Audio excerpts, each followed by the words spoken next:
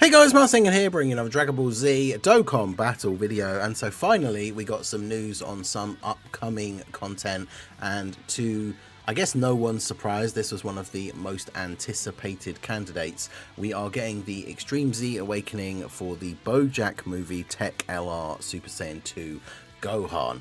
This guy was one of the oldest units without an EZA. I believe he's the oldest LR without an EZA. So, of course, with Gohan, Goten and Trunks arriving and leading a youth hybrid Saiyans kind of team, this guy seemed like the absolute #1 option for an EZA.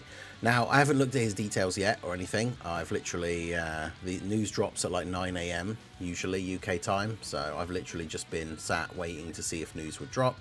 As soon as it dropped, then jumped on to record. So I have not looked to see, because I do like these videos. I like to try and get them out straight away if I can, and obviously give you guys the breakdown of what the EZA is and everything. But I also kind of like it to be my genuine first reaction to what the unit does, right? So yeah, the thing that will definitely be on my mind for this is the fact that this guy, despite being a youth hybrid Saiyan character, he does obviously have a restriction for being run with a movie hero's Goku if you want to get his full set of abilities and like his full passive and everything. So let's see if they have done anything to address that. So here we go. So his leader skill, obviously it's a yellow coin LR, so he does get a little bit of an update. It's movie heroes 4 key 150 to stats, or super tech 4 key and 100% to stats. So could be useful for something like Battlefield. But yeah, oh my god, his passive is absolutely huge now. I want to bring him up quickly just on my phone here so I can see the difference, because I'm fairly sure we're talking about a very different length passive. Yeah, it's got like 4 entries, and now we've got all of this. Okay, so attack and defense 200%, 2 extra key per key sphere obtained, a guaranteed additional super attack, okay, and then 20% crit chance, randomly changes key spheres of a certain type other than tech to tech. Okay, so he creates tech orbs. It's pretty good. For 4 turns from his entry turn, he has 30% damage reduction and guard. Okay, interesting. It's a shame the guard is conditional. Like, having a bit of extra damage reduction that's conditional is not the end of the world, because he does, if he has, especially if he has any more anywhere else in his kit. The guard for only 4 turns is a little bit disappointing, unless he has a way to get, you know, it for longer. So let's see. For every key sphere obtained, attack and defense 10%. So bear in mind, he is creating his own orbs as well, and that team has a bunch of rainbow orb changes and stuff, so that's quite good. When attacking with 12 or more key, he gets 100% attack and defense. When attacking with 18 or more key, he gets attack 100%, attack 159%, and chance of performing a crit 20% when HP is 58% or less. And then another attack 159 and chance to crit 20% starting from the 5th turn. Okay. Defense 159% and chance of performing a crit 20% when there is another movie heroes ally on the team, or when there is another hybrid Saiyans ally attacking in the same turn. Nice. So they've added in hybrid Saiyans things into his passive, as well as like movie heroes allies. Okay, so that's good. And then defense 159% and chance to crit 20% when there is an ally whose name includes Goku on the team, or when there's another youth category ally attacking in the same turn. Oh wow, so they really took like both. So he still has both the movie heroes and like movie hero Goku. So if you want to run him on a movie heroes team with a Goku like before, he's still getting all of his buffs. But now if you're running him on a team with a hybrid Saiyan and a youth ally, which obviously with the new LR that's both, he gets all of these buffs. So that's quite a lot of extra defense, 318%, and 40% extra crit chance just from being on that new team. And then obviously he's getting extra with orbs, and then when he attacks he gets 100% of whatever that number is. So that is pretty good.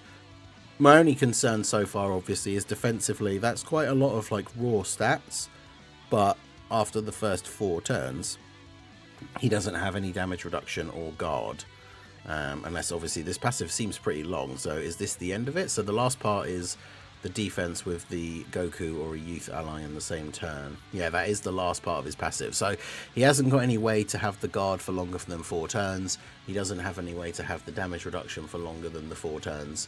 So in longer events, I don't know. I guess we'll see what his super attack effects are though. So his 12 key super is greatly raised attack and defense for 1 turn, colossal damage to the enemy, greatly lowers defense, and remember he gets a guaranteed additional as part of his passive anyway, so he's going to be having that greatly raise. And then his 18 key super is raise attack, which is an infinite stack, greatly raise defense, mega colossal damage, and lower defense. So his 18 key super stacks attack, he's going to greatly raise defense, then he gets a guaranteed additional super and greatly raises defense again.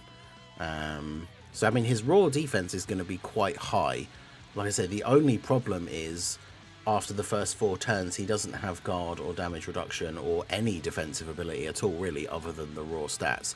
So, but he's got a lot of crit chance built in, and then obviously if you're on low HP or from turn 5, if you have the youth and hybrid ally, that's 60% chance to crit, and he's got 20% in his base passive, so he has like 80% chance to crit after turn 5.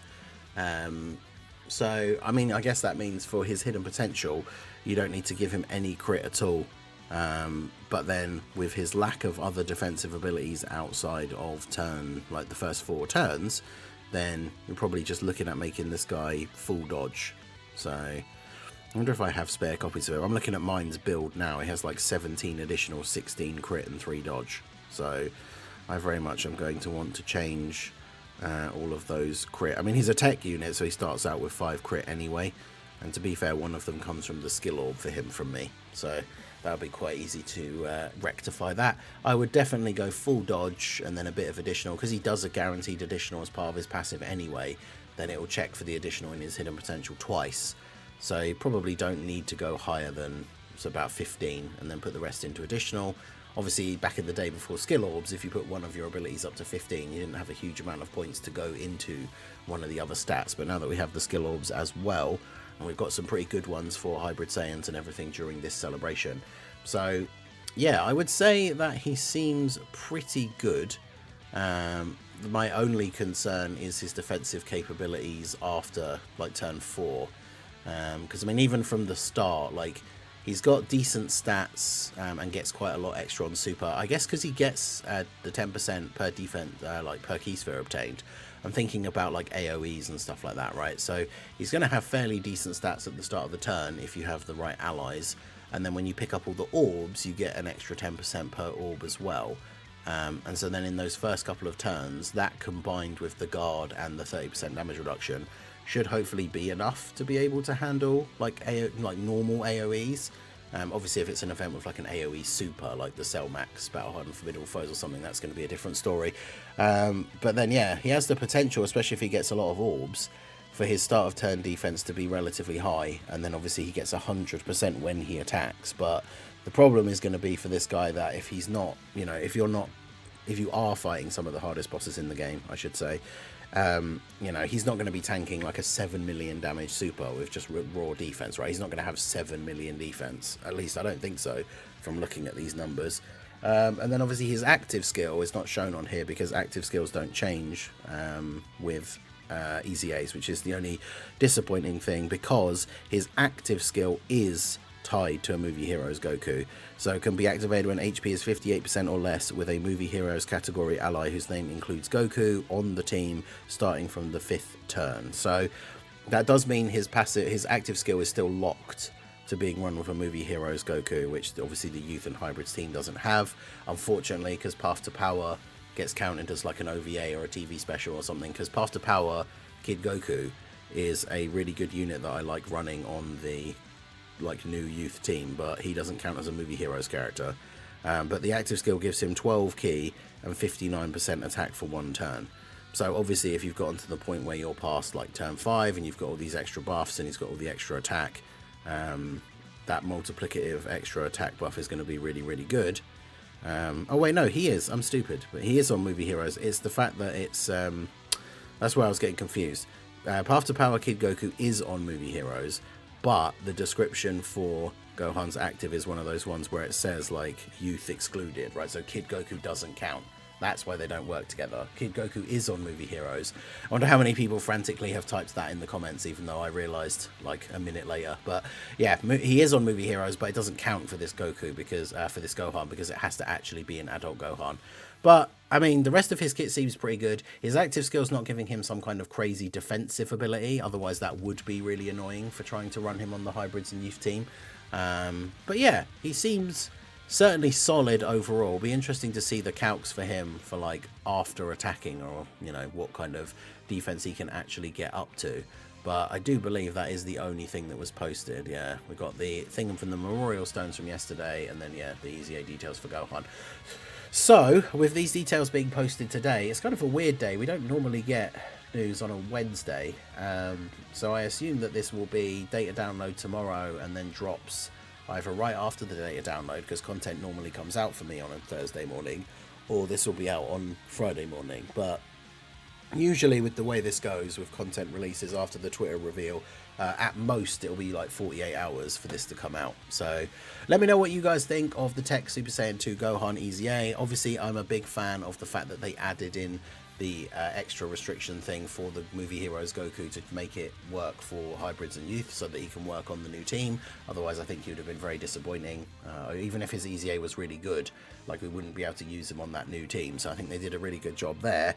I'm just a little bit concerned about his defensive capabilities after his 4th turn, but I guess we will have to wait and see. So let me know all of your guys' thoughts down below in the comments. So that is going to be it for the video, guys. This has been the Master Ningen. Smash that like button, subscribe to the channel if you are new. Check out the links down below, and I will see you all again soon. Have a good one.